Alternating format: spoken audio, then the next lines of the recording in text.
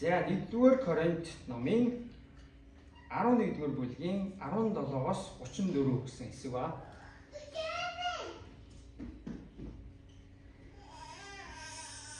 За энэ хэсэгдэр болохоор эзний зоогийн тухай маш чухал зааврыг Паул энэ хотынд өгж байгаа. За Коринт хотын чуулган таагүй засагдах ёстой зүйл нэлээд олон байсныг бид нэр эхний бүлгээс ахуулаад харсан. Тэрээр та санаж байвал тэдний дунд хагарал, талцал, садар самуун явдал, хэрэг зарга, гэр бүлийн асуудлууд, шүтэн дөрвсөн махны асуудал гээд нэлээд олон асуудал байсан. За тэгвэл одоо энд яригдах гэж байгаа асуудал нь бас л адилхан Коринт хотын дунд байсан нэлээд хүнд асуудал байна. Тэгэхээр энэ асуудлыг нь одоо Паул засч залруулах зааварчилгаагаа өгч байгаа. За тэгвэл энд гарч байгаа асуудал нь болохоор эзний зоог гэдэг нэртэй. Гэхдээ яг Есүсийн үед бол эзний зоог гэдэг нэрийг арай аваагүй байсан. Эзний зоог гэдэг нэр болохоор Есүсээс хойш чуулганы түүхэнд итгэгчдийн дунд одоо өөртөө гаргаж ирсэн нэр байна. Тэгвэл цөмөрөө энэ хэсгийг одоо уншъя. За гарчгийн дээр нь эзний зоог дээр зогсгүй байдлаа гэсэн байна. 1-р Коринт 11-ийн 17-оос 34. За гаргасан уу? Хамтдаа уншъя. Та нар хамтдаа цуглаад сайжрах бус харин муудсан тул энэ зааврыг өгөхдөө би та нарыг сайшаахгүй. Юуны өмнө та нар чуулгандаа цуглахдаа хагаралтай байгааг чинь би сонслоо. Зарим талаар би үүнд үнэмшиж байна. Мэдээж та нарын дунд шалгарсан хүмүүс тодорхойн тулд дунд чинь бүлэглэлүүд үүсэх нь зайлшгүй. Гэхдээ та нар хамтдаа цугладагч эзний зоогийн төлөө биш ажээ. Учир нь идэх болоход хүн бүр өөрийнхөө хоолыг өөртөө давчдаг бөгөөд нэг нь өсөж байхад нөгөө нь согтурч байдаг гэж. Та нарт идэх уух гэр орон байхгүй юу? Эсвэл та нар Бурхны чуулганыг басамжлан хоосон нэгнээ ичээж байна уу? Та нарт би юу хэлэх вэ? Та нарыг би магтах уу? Үүний чинь төлөө би та нарыг магтахгүй. Яагад гэвэл та нарт амжуулсан зүйлээ би эзнээс авсан. Чухамгүй баригдсан тэр шөнөө эзэн Есүс талх аваад талархал өргөж хуваагаад энэ бол та нарын төлөөх миний бие юм уу? Намайг дурсаж үүнийг үйлдгэсэн. Тэрчлэн зоогийн дараа мөн аяг авч. Энэ аяг нь миний цусаар тогтоогдох шинэ гэрээ юм аа. Үүнээс та нар уух болгондоо намайг дурсаж үүнийг үйлдгэсэн. Учир нь энэ талхыг идэж энэ аягнаас уух бүрдээ та нар түүнийг ирэх хүртэл эзний үхлийг тунхагладаг юм аа. Тиймд хэн нэгэн зохисгүйгээр эзний талхыг идэж аягнаас уух аваас эзний бие ба цусны буруутан болно. Аливаа хүн өөрийгөө шалгаж байгаад талхыг идэг аягнаас ууг. Учир нь идэж ууж буй хүн биеийг зөв таньж ойлголгүйгээр идэж уувал өөртөө шийтгэл авчирнаа. Үүнээс болж та нарын дунд сул дорой өвчтөе хүн олон байгаа бөгөөд нилээд нь нойрсож байна. Бид өөрсдийг нягтлсан бол шүүгдэхгүй байхсан.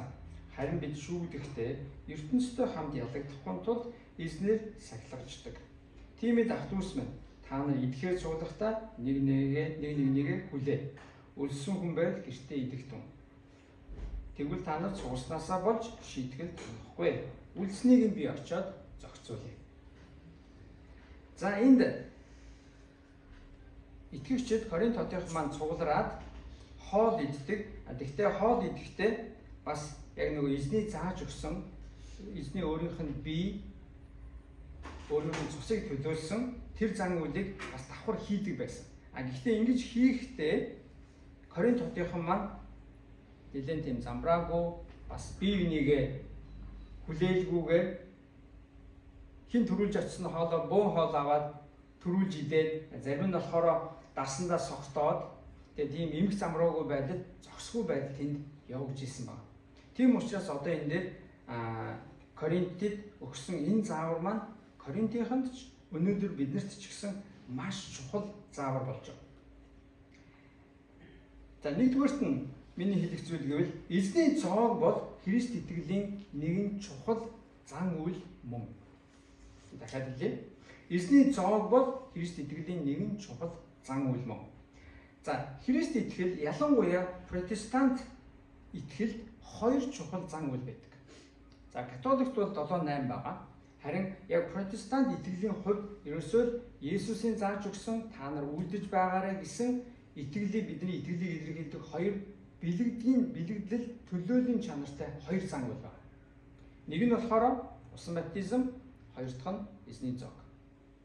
За энэ хоёр зүйл маань бидний итгэл үнэмшлийг бусад итгэл үнэмшлээс өөр болгож өгдөг. Бас нөгөө талдаа Христ итгэлийг буюу Христийн бий болсон чуулганыг чуулган болгож өгдөг. Би дахиад хэлээ. Усан баптизм, эзний зоог хоёр бол Христ итгэлийн маш чухал зан үйл байна. Яг гэвэл энэ хоёр зүйл маань биднийг бусад итгэл үнэмшлээс ялгаж өгдөг. Жишээлбэл хуучин гэрээнд итгэж идэг өнөөдөр ч гэсэн итгэдэг өнөөдөр ч гэсэн нөгөө аврагчийг ирнэгээд хүлээж байгаа Иудачууд буюу Юдэчүүдийн итгэл үнэмшлээс бид нар юугаараа ялгаатай болж байгаа. Хоёулаа адилхан хуучин гэрээг уншиж जैन, Бурханд итгэж जैन. Гэтэл тэгвэл Христ итгэл нь юугаар ялгаатай вэ гэхээр усан баптизм хийдэг, хоёрдугаарт нь эзний зоог гэдэг ёсыг зан үйлийг үлддэг. За энэ хоёр зан үйл нь за түүхийг нь жоохон би хэлж тайлбарлах юм бол хоёулаа Иудачуудын дунд байсан зүйл байна. Цоошин зүйлийг Есүс гаргаж ирээд цоошин ийм зан үйлийг тогтоогоогүй. Харин аль хэдийн еврейчүүдийн дунд байсан зүйлийг Есүс аваад тэрэнд шин утга өгөөд тэрийг гүнзгийрүүлж өөр болгож өгсөн. За жишээлбэл усан баптизм болохоор еврейчүүд өөрсдийнхөө угаалын зан үйлдээ хийдэг байсан зүйл байна. За итгэл үнэмшлээ илэрхийлэхдээ бас угаал цэвэршүүлийн угаал хийхдээ тэр усан булхдаг, эсвэл бас гарааж угаадаг тэр угаалын үйл байсан. Тэгвэл тэрийг Есүс аваад за одоо та нар Есүд итгэсэн гэдгээ надад итгэсэн гэдгийг илэрхийлэн усаар баптизм хүрт гэсэн бас дагалдагч нартаа бусдад баптизм хүртээ гэсэн зааврыг өгсөн. Нөгөө талдаа тэгвэл эзний зоог гэж байгаа зүйл нь юу вэ? Гол хоёр зүйл маань Есүсийн бие төлөөсөн талах, Есүсийн цусыг төлөөсөн дарс гэдэг тийм. За энэ зүйл маань бас л цоошин зүйлийг Есүс гаргаж ирээгүй. Юу вэ гэвэл эзний зоог бол Израильчуудын Египтээс гарсан үйл явдлыг санан дурсахтай тэмдэглэрэй гэж Бурхны зааж өгсөн алгасал баярын зан үйл дээр суурилагдсан. Алгасал баярыг та нар тэмдэглэнэ. Тэр баярын дараа та нар эсгүүргүй бинг 7 хоног иднэ гэсэн заавар байдаг. Эсгүүргүй бинг. Тэгээ эсгүүргүй бингийн баяр маань алгасал баярын дараа болж байгаа. Тэгвэл яг Есүс баригдахын өмнөх шөнө ямар баяр болсон бэлээ? Алгасал баяр болсон. Есүсийн дагалдагч нар асуусан. Алгасал баярыг эзэн минь та хаана тэмдэглэх вэ? Зааварчилгаагаа өгөөч гэсэн чинь Есүс за та нар энэ урд явж байгаа хүнийг дагаад яв. Нэгэн дулранг олно. Тэгээд нэг өрөө байна. Тэнд очиод зоогийг илтээ гэж хэлсэн. Тэр баяр маань ямар баяр байсан гэвэл алгасал баяр. Алгасал баяр, эсгүүргүй бингийн баяр хоёр болохоор яг нэг баярын хоёр тал байна. За тэгвэл эсгүүргүй бин гэдэг маань болохоор эсгүүр хэрэглэхгүйгээр хийдэг бин. Энд дээр зориуд бин гэдэг үгийг яагаад хэрэглэсэн бэ гэхээр талах гэдэг үг болохоор жоохон зогсгүй байд. Яагаад талханд эсгүүр хийдэг. Эсгүүр хийгээгүй талах байж болно. Гэхдээ ерөнхийдөө талах гэхээр заавал эсгүүр ордог. Тэгвэл харин эсгүүргүй бингийн баярыг хуучин гэрэн дээр за та нар эсгүүр хэрэглэхгүйгээр тэр бингээ хийгээд 7 хоног идэх учиртай шүү гэсэн заавар байсан. За тэгвэл яг тэр зан үйл дээр суурлаад Есүс энэ эсгүүргүй бингийн баярын тэр бингийг аваад дарсыг нь аваад одоо шин утга өгч байгаа. Тэгээд энийг за та нар энэ зан үйлийг Христ итгэж надад итгэдэг гэдгийг илэрхийлэн миний үглийг санан дурсах болгондоо та нар үлдэж байгаарай гэсэн байна. За тэгвэл цөмөрө Есүс энэ зааврыг өгсөн гэдгийг энэ цөмөрө Марк номоос уншъя. Маркийн 14. Маркийн 14-ийн 17-оос 26.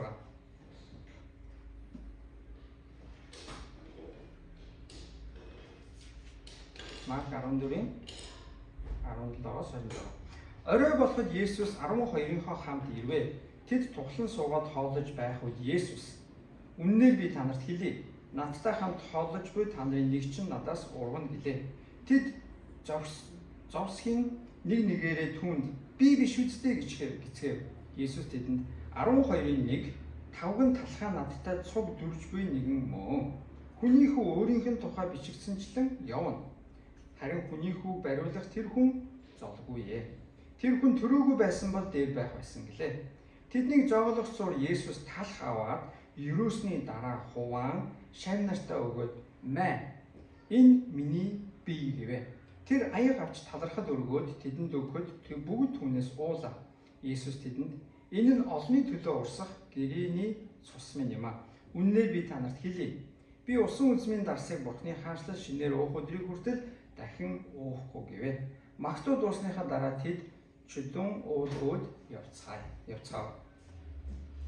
За тэгвэл Есүс өөрөө энэ талх дарсны зан үйлийг өөрөө хийсэн, үйлдсэн, оролцсон. Тэгээд үүнийхээ утгыг өөрөө тайлбарлаж өгсөн. Тэгээд цааш нь за та нар үүнийг хийж байгаарай, давтан үйлдэж байгаарай гэдэг зааврыг өгсөн. За яг Есүс Христ итгэлийг онцгойруулдаг энэ хоёр зан үйлийн усан баптизм бол нэг л удаа хийдэг зүйл байгаа. Дахин давтан хийгээд байдаггүй. Нэг удаа хийдэг. Харин эзний зоог бол дахин давтан хийж болдог зүйл байна. Есүс хэлэхдээ та нар цуглах бүрдээ та нар намайг миний үхлийг санах болгондоо үнийг хийж байгаарай гэсэн байна. Тэгэхээр энэ дээр яг нэг тогтмол хугацааг 7 хоног болгон ч гэдэг юм, өдөр болгон ч гэдэг юм гэдэг заагаагүй. Гэхдээ ямар ч байсан энэ бол дахин давтан хийдэг бидний итгэл үнэмшлийн маань илэрхийлдэг бэлгэлийн чанартай маш чухал гүнзгий утга учиртай зан үйл байна. Тэгвэл анхны дагалдагчид яг энэ зүйлийг яаж хийж ясныг Үлс номоос харъя. Үлс номын 2 дугаар бүлэг.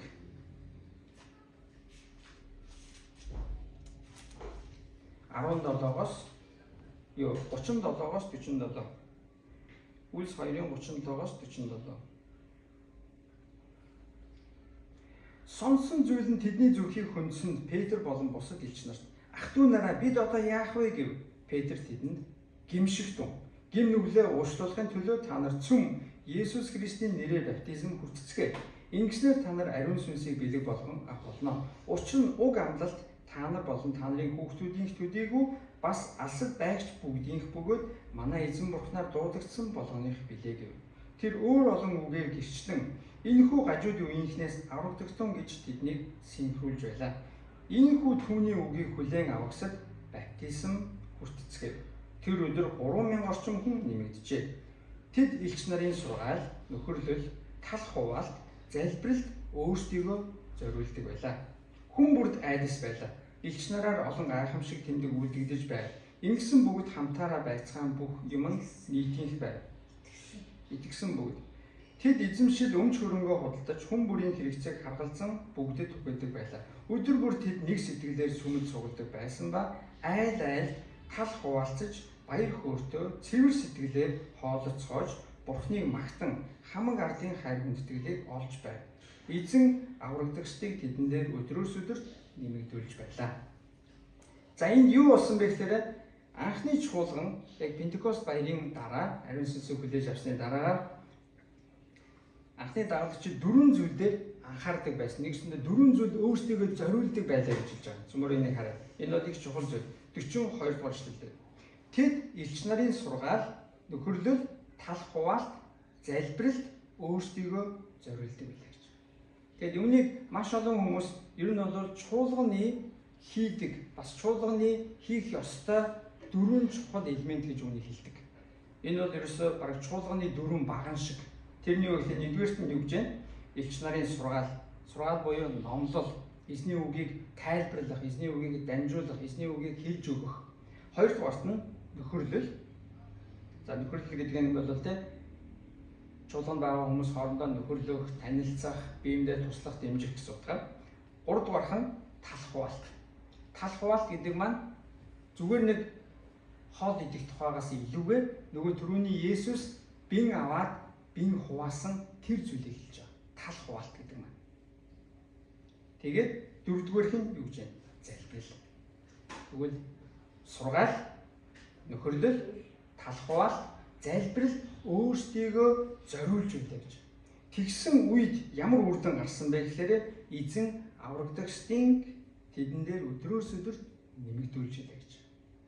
Яг энэ 4 зүйлийг хийгээд бүр өөрсдийгөө эдгээрт зориулж яхад эзэн тэд нар тэгээд хоорондоо нөхөрлөж тэд нар нэг сэтгэлээр, нэг зүрх сэтгэлээр, бас цэвэр зүрх сэтгэлээр гэж байгаа. Цэвэр зүрх сэтгэлээр хооллож, нөхөрлөж, Бурхныг магтан, Бурхны ч хайр хүндэтгэлийг хүлээсэн, ивэлийг авсан, бас ард түмний хайр хүндэтгэлийг авч байлаа гэж байгаа.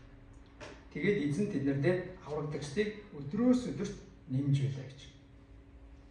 Тэгэхээр тэгвэл одоо бидний өнөөдрийн харж байгаа эзний зоог гэдэг бол Христ итгэлийн маш чухал зан үйл байна. Зан үйл гэдэг нь тэгвэл ямар нэгэн зүйлийг төлөөлж байгаа гэсэн, ямар нэгэн зүйлийг бэлэгдэж байгаа, ямар нэгэн утгыг, маш чухал утгыг илэрхийлж байгаа. За тэгвэл ямар утгыг илэрхийлдэг юм бэ гэдгээс өмнө эргээд нөгөө 1-р Коринт руу очиод харъя. 1-р Коринт 11-р бүлэг. За Паул энэ дээр ингэж хэлсэн. Та нар хамтдаа цуглаж байхдаа та нарын дунд хагаралтай байгааг чинь би сонслоо гэсэн байна. Нэг өсөндөө та нарын дунд талцад хуваагдал хагарал байгааг би сонслоо гэсэн.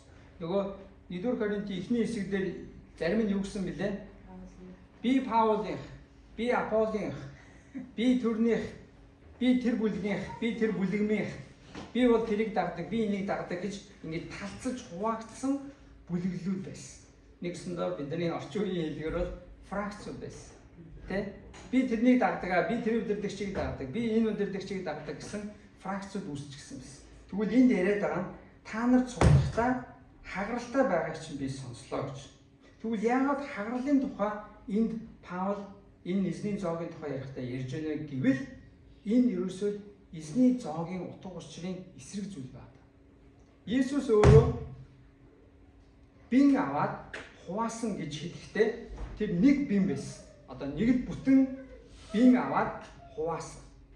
Нэгсэндээ ураад одоо бид нар бин гэгээд ураад хуваадаг шүү дээ. Яг тэрэн шиг тэгвэл бин юу төлөөлж байна гэхээр нэгдмэл байдлыг Христийн нэг бие гэдэг бүтэн эв нэгдлийг Есүсийн чуулган бол нэг чуулган гэдгийг илэрхийлж байна. Тийм учраас Есүс бин аваад хуваагаад гэдэг үг нь ерөөсөө маш утга учиртай бид нар тэрийг бодож авах хэрэгтэй зүйл юм байна. Хуваана гэдэг нь нэг биеийн бид нар олон эрхтнүүд, нэг биеийн олон хэсгүүд гэсэн утгатай. Бид нар Есүсийн талх, Есүсийн цус биеийг төлөөсөн талх дарснаас хүртэхдээ бид нар нэг биеийн олон хэсгүүд болж байгаа шүү гэдгийг илэрхийлж байгаа. Тийм учраас энэ Паул энэ дээр хэлэхдээ та нар цуглахдаа хагаралтай байна, талцал байна, та нарын дунд фракцууд байна. Энэ бол сайн зүйл биш гэж хэлээд байгаа. Тэгээд зарим хүмүүс нь яаж яасан гэсэн. Хоолоод өртөлж аваад ховдглоод эзэгчдэг, нөгөөдөл нь болохоор баахан дар суугаад согтоод эхэлдэг.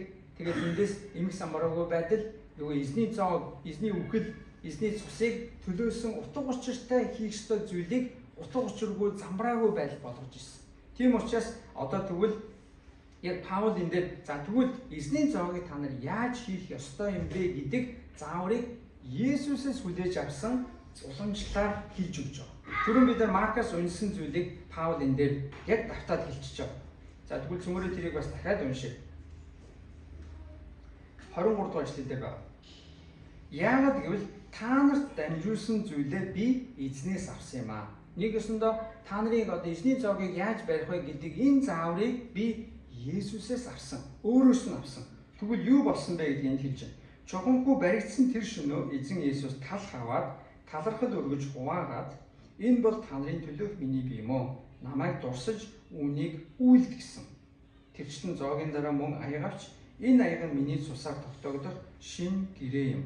Үүнээс та нар уух болгондоо намайг дурсаж үүнийг үйлд гэсэн. Учир нь энэ талхыг идэж энэ аянаас уух бүрдээ та нар түүнийг ирэх хүртэл эзний үхлийг тунхагладаг. За энэ дээр олон дахин давтагддаг гэдэг чанар байгаас уух бүрдээ, хүртэх бүрдээ гэж байна. Тэгэхээр энэ бол нэг л удаа хийгээд дуусчдаг нөгөө усан баптизм шиг зүйл биш. Харин цуглахдаа тодорхой давтамжтайгаар хийж явах ёстой зүйл гэж хэлж байна. Тэгвэл миний хэлэх хоёр дахь зүйл юу гэхээр эзний зоог бол нэг бие эв нэгдлийг төлөөлдөг. Эзний зоог бол Христийн нэг бие, Христийн биеийн тэр эв нэглийг төлөөлж харуулж явах учиртай зүйл байна. Тэгээд миний өмнө нь хамт ажилладаг байсан нэгэн илгээлтийн эзэн яг энэ эзний зоогийг яг энэ эв нэгдэл талцал хуваагдал гэдгийн одоо яг энэ асуудалтай ингэж одоо хэрэгэлдэг байсан. Юу гэвэл за хэрвээ танд хэн нэгэн хүнд гомдсон асуудал байвал хэн нэгэн хүнтэй харилцааны асуудалтай байгаа бол та эзний биеийг төлөөлсөн энэ талх дарснаас аваад тэр хүн дээрээ очиод та уучлал гуйгаад асуудлаа зөв болгоод тэрнийхээ дараа хамтраад яг эзний биеэс цуг хүртээрэй гэсэн. За энэ бол яг нөгөө эзний бие болсон хүмүүс бол нэг ард түмэн нэг бие шүү. Талцал хуваагдал байж болохгүй, фракцууд байж болохгүй гэдэг зүйлийг яг зааж өгж байгаа маш тийм практик санаа байсан. За тэгвэл миний нэгдүгээрт нь хэлсэн зүйл юу вэ? Эзний зоог бол Христ итгэлийн маш чухал зан үйл. Хоёрдугаарт нь эзний зоог бол нэг бие эв нэглийг төлөөлдөг зүйл. За тэгвэл Есүсийн өгсөн зааврыг Паул ингэж хэлчихэд одоо тэгвэл энэ эзний үхлийг, эзний цусыг, амийг төлөөсөн энэ зан үйлийг яаж зөв сэтгэлээр, зөв хандлагаар, зөв сэтгэлээр хийх ёстой вэ гэдгийг энэ цааш нь Паул энд хэлж байна. Яг л гэвэл энэ зүйлийг зөв зохисгүйгээр хийснээсээ болж Коринт хотынхны донд асуудал үүссэн байна. Яасан бэ гэвэл зарим нь сул дорой, өвчтэй, бүр зарим нь нойрсон гэж хэлж байгаа. Нойрсон гэдэг нь юу гэсэн үг вэ гэвэл асарсан гэсэн үг. Тэгвэл эзний зоог нь хүндэтгэлгүйгээр, эзний зоог нь зохисгүйгээр, эзний зоог нь зөв сэтгэлээр хандаагүй учраас зарим нь өвчин туссан байх нь байна, зарим нь бүр өгсөн байх нь. Тэгэхээр эзний зоогийг төлөөсөн талх дарс, за бин дарс хоёр гэдэг зүйл бол тийм хөнгөн авч үзэх зүйл биш гэсэн үг. Тийм учраас энэ дээр Паул альва хүн өөрийгөө шалгаж байгаад талхыг идэг аягнаас ууг гэж байна. Учир нь идэж ууж буй хүн биеийг зөв таних ойлголгүйгээр идэж уувал өөртөө шийтгэл авчирна. Үүнээс бол та нарын дунд сул дорой өвчтөй хүн олон байгаа бөгөөд эдээд нь нойрсож байна. Хэрвээ бид өөрсдийгөө нягтлсан бол ингэж шүүгдэхгүй, ингэж ялагдахгүй нэгсэндээ ийм шийтгэл амсахгүй байх байсан гэж хэлж байна. Тэгэхээр эзний зоог нь оролцсон, эзний зоогонд хүртнэ гэдэг бол тийм хөнгөн зүйл биш. Энэ маш нухацтай. Яагаад гэвэл эзний үхлийг, эзний амь цусыг төлөөсөн зан үйл бид нар оролцож байгаа учраас бидний зөв сэтгэлээр, цэвэр сэтгэлээр хийх ёстой.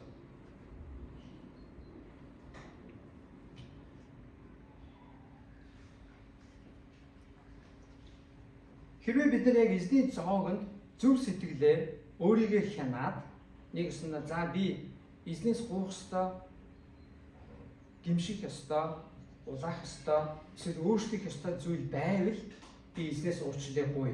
Би эзнээс өшөөлийг нь гуй гэж зөв сэтгэлээр хандаад эзний зоогонд оролцох юм бол энэ бол боломжтой. Харин буруу сэтгэлээр, буруу хандлагаар нэгсэндээ өөрийгөө засахгүйгээр, өөрөө гимшихгүйгээр, улаах ёстой зүйлээ улаахгүйгээр, засах ёстой засахгүйгээр оролцох юм бол яг энэ Паулын хэлснээр өвчтөж болж магадгүй байх нь бүр эзний шийдвэрлийг ч авч магадгүй байх нь. Тэгвэл яг үүнтэй төстэй шийдвэрлийг авсан зүйл юу байдаг вэ? Үйлс ном дээр гадаг. Анания Сафир хоёр эзний өмнө худлаа ярьснасаа болоод шууд тэр дороо хүрдэг. Яг тэр шиг энд тэгвэл Коринт хотынхны донд эзний зоогонд зөв сэтгэлээр, зөв хандлагаар, зөв бодлоор хандаагүйгээсээ болоод айхтар шийдвэрлийг авсан байх нь. Тийм учраас эзний зоогонд хандахдаа яг энэ Паулын хэлснээр хэн нэгэн зохисгүйгээр эзний талхыг идэж уух юм бол эзний бие ба цусны буруутан болно шүү гэж. Тэгэхээр энийг бид нар яг энэ 1-р Коринтын 11-р хэсгийг одоо хэрвээ би өөрөө эзний зоогийг удирдчихвэл энэ хэсгийг би байнга уншдаг. Яагаад гэвэл яг энэ хэсэг маань бидэнд сануулга өгч идэг.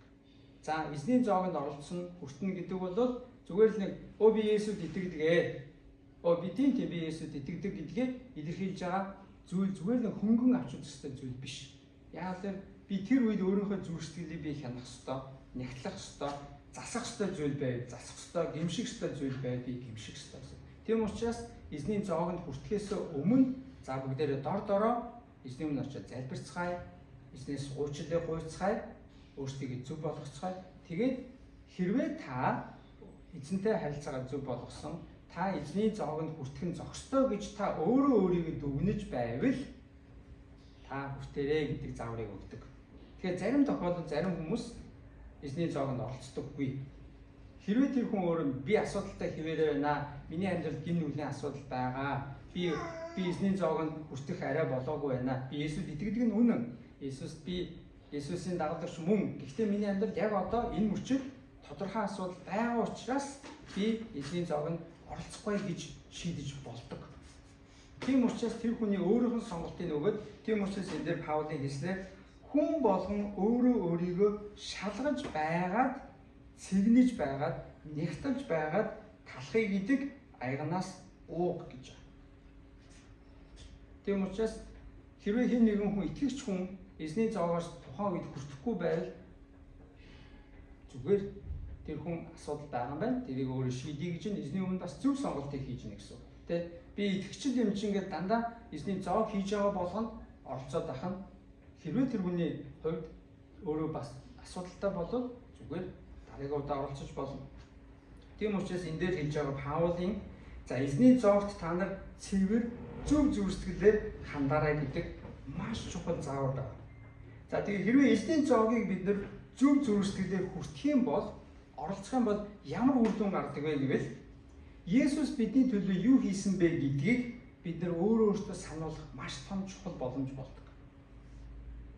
Есүс миний төлөө амиа өгсөн, Есүс миний төлөө цусаа урсгасан шүү дээ. Есүс миний төлөө бүхнээ зориулсан шүү дээ гэдгийг дахин бодох, тунгаах, эргэцүүлэх боломж болдог. Дээрэс нь тэгвэл ийм агуу зүйлийг надад амийг өгөхийн төлөө гин нүгэлтэй намайг уучлахын төлөө үүнийг хийсэн байж тээ гэдэг талархлаар бидний зүрх сэтгэл дүүрж эхэлдэг. Өөрөөх нь бидний зүрх сэтгэл маань зөв болж эхэлдэг гэсэн. Дээрэс нь би өөрийнхөө гин нүглээ улааж өөрчлөгдөж эхэлдэг. Тухайн хүн би Бурхны өмнө буруутай байна, гин нүгэлтэй байна, би засагдах ёстой байна, би өөрчлөгдөх ёстой байна гэдгийг ойлгоод нөгөө хүний амьдрал бас өөрчлөгдөж эхэлдэг. Эзний зоогонд хандж байгаа хандлагаасаа энэ зүйл гарч ирдэг.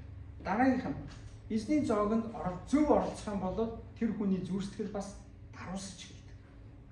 Бардам хүний зүрх сэтгэл дагдаж эхэлдэг. Омглон хүний зүрх сэтгэл нь бас дагдаж эхэлдэг.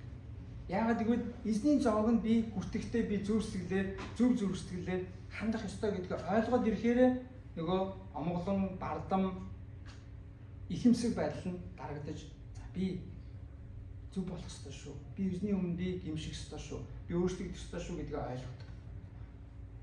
Дараа нь эзний зоогийг бид хэрвээ зөв барьж эхлэх юм бол чуулганд эм нэгдэл авчирч ирдэг. Яагаад гэвэл эзний зоог маань түрүү юу гэж хэллээ? Эм нэгдлийг төлөвлөдөг.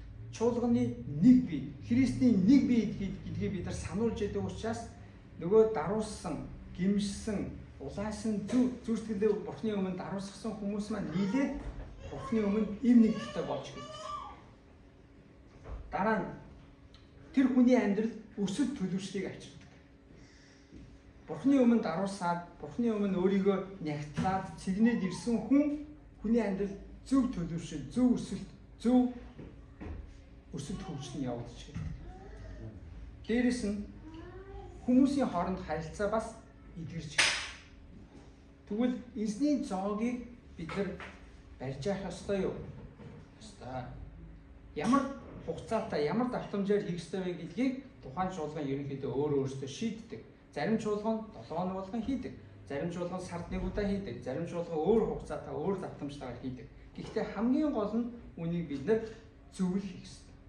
Яг энэ дээр хэлсний дагуу Паул Коринтын сануулсны дагуу та нар өөрөө өөрсдийгөө нягтлж, цэгнэж байгаад эзний үхэл биеийг төлөөлсөн энэ аягнаас уугаарай, энэ зүйлээс хүртээрэй. Тэгэхгүй бол та нар өөрөө өөрсдөө шийтгэл авчих шүү. Эзний энэ чинь хөнгөн бодох ёстой зүйл юусоо биш. Тэгээд бид нар итгэдэггүй байхдаа ч юм уу эсвэл магадгүй дөнгөж итгэж явах үедээ эсвэл эзний зоогонд хөнгөн ханддаг байсан байж магадгүй. Энэ дөнгөж цуглааны ирээлтэй анх удаа ирсэн чинь энэ хүн хажууд нөгөө талхнаас аваад дарснаас сууж ахын руу би дагаад хүрчээгээ те. Тиймэрхүү тохиолдол байдаг. Бид нар магадгүй өөрсдөө ч хийж исэн баг. Гэхдээ тэгвэл одоо нэгэнтээ бид нар хэрвээ утгын үн цэнийг нь ач холбогдлыг нь ойлгосон цагт бид нар тэгж хөнгөн хандаж болохгүй гэсэн. Яг л эзний зоог бол эзний үхлийг, амийг төлөөсөн маш гүн гүнзгий утгатай хувь хүний амьдрал өөрчлөлтийг авчрах ёстой зүйл гэсэн. За тэгвэл цөмөрөө миний хэлсэн 3 зүйлийг би дахиад танаас сануулъя. Эхнийх нь болохоор эзний зоог бол Христ итгэлийн маш чухал 2 зангуулын нэг нь байгаа. Хоёрдугаарт нь эзний зоог нэг бие эв нэгдлийг төлөөлж идэг. Гуравдугаарт нь эзний зоогт бид нар цэвэр зөв сэтгэлээр хандах ёстой. Тэгэхгүй бол өөрөө өөрсдөө бид нар шийтгэл авчрах аюултай шүү гэж Паул бид нар сануулж байна. За тэгвэл өнөөдөр магадгүй анх удаа ирээч юм эсвэл Есүсийг ирж хайж байгаа. Есүс яг итгэлээ өгөөгүй магадгүй жоохон яах юм болоо гэд ирэл хайж байгаа хүмүүсийн хувьд хэлэхэд тэгвэл Есүс Христ таны төлөө амиа өгсөн юм шүү. Есүс таны төлөө таныг амьтаа байлгахын тулд, таныг харанхуугаас гэрэл гаргахын тулд, таны найдваргүй байдал чинь гэрэл найдварыг ирээдүг хүчийг өгөхийн тулд Есүс таны төлөө амиа өгсөн. Тэр агуу бэлгийг төлөөсөн, тэр агуу үйл явдлыг төлөөсөн зүйлэл ерөөсөө эзний зоог байна. Тийм учраас эзний зоогийг бид нар маш хүндэтгэлтэйгээр, зөв сэтгэлээр, зөв хандлагаар, бас зөв ойлголттойгоор бид нар оролцож хийж явах учиртай гэсэн. Тэгэх юм бол эзний ивэл, нэгүсэл, эв нэгдэл, өөрчлөлт бидний амьдрал дээр байх болно, чуулгандч байх болно. Юугаар дамжуулаад Бурхан өөрөө бас алдаршдаг. Амен. Тэгэхээр эзний зоог гэдэг бол ийм хөнгөн бодох ёстой зүйл биш ээ. Маш гүн гүнзгийгээр, хүндэтгэлтэйгээр, эмээлттэйгээр хийх ёстой, оролцох ёстой чухал зангуул.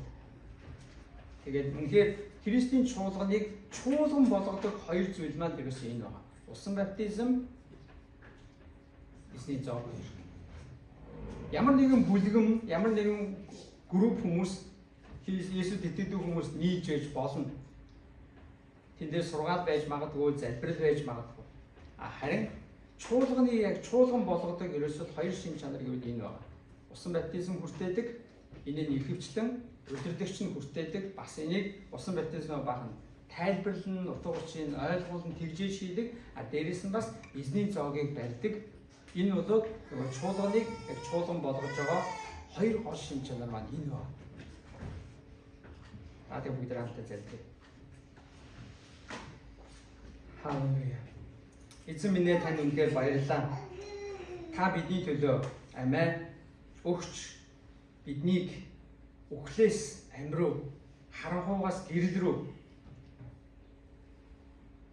итгэл найдваргүй үхлийн ирмэгээс харин та биднийг баяр хөөртэй, гэрэл гэгээтэй, итгэл найдвартай зэг рүү авчрахын тулд та бүхнийг хийсэн. Бүхнийг хийхдээ та амиа өгсөн, цусаа урсгасан, үнэхээр гимгүү цусаа та гимтэй бузар бидний төлөө урсгасан, биднийг аврахын тулд бүхнийг хийсэн Есүс танд үнэхээр баярлалаа.